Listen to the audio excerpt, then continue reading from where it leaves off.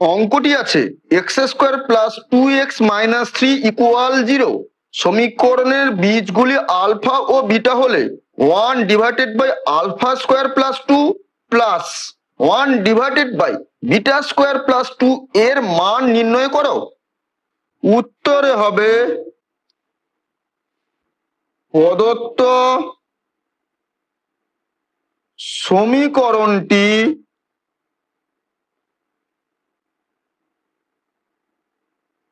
হলো x square plus 2x minus 3 equal 0। বীজ দুটি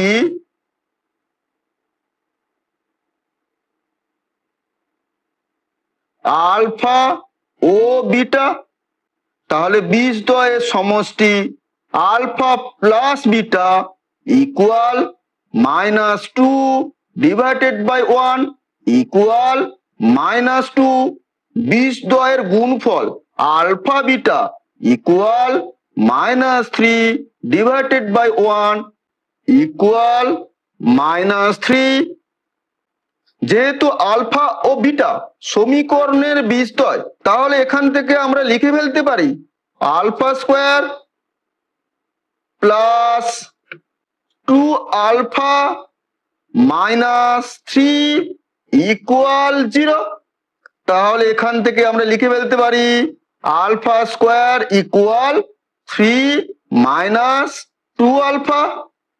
তাহলে আলফা স্কোয়ার প্লাস 2 ইকুয়াল হবে 3 minus 2 alpha plus 2 equal 5 minus 2 alpha.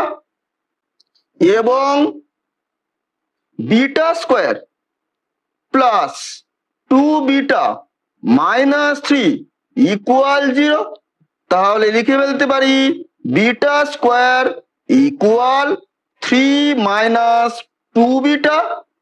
তাহলে এখান থেকে আমরা লিখে ফেলতে পারি beta square plus 2 equal 3 minus 2 beta plus 2 equal 5 minus 2 beta.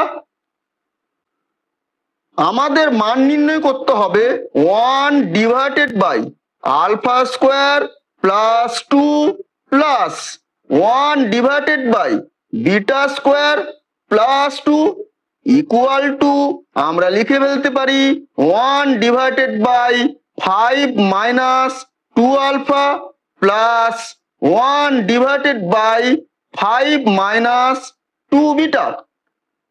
তাহলে এখান থেকে আমাদের লসাগু হয়ে যাবে 5 minus 2 alpha into 5 minus 2 beta.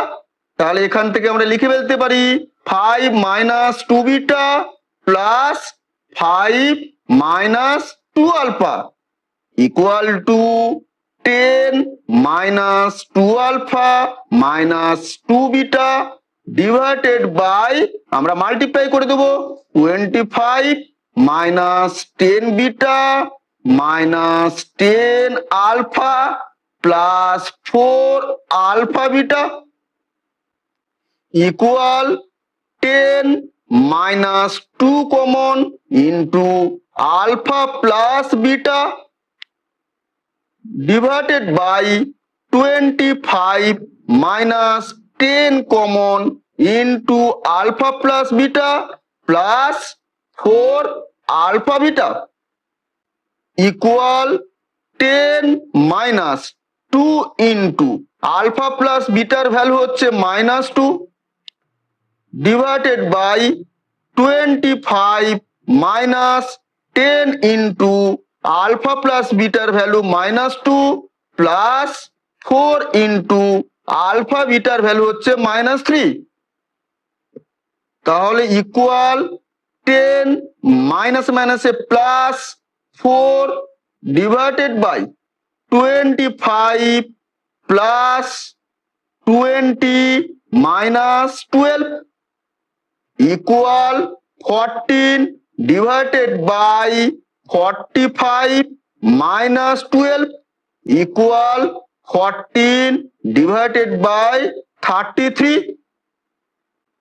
তাহলে এখান থেকে আমরা লিখে ফেলতে পারি 1 divided by alpha square plus 2 plus 1 divided by beta square plus 2 equal 14 divided by 33।